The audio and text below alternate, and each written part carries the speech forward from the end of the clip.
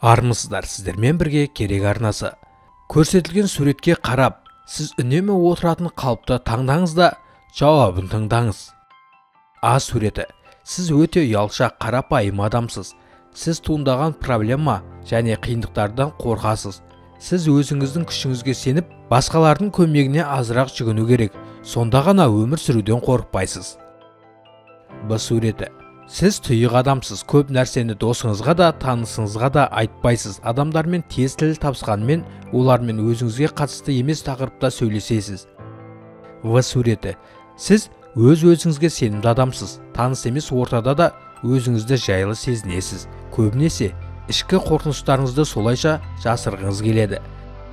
Г суреті. Сізді тыңғылықты адам деп айтуға болады. Ұқыптылықты жақсы көресіз. Туыстарыңыз бен достарыңыздан да соны күтесіз.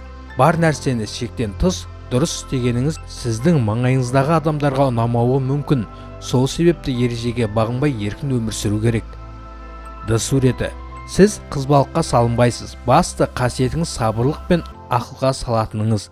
Қандай да бір шешім қабылдамас бұрын 3 рет ойланып барып әрекет жасайсыз. Көп ақылға салатыныңыз тез әрекет етуге бөгет жасайды. Тез ұнаса достарыңызбен бөлісуді ұмытпаңыз.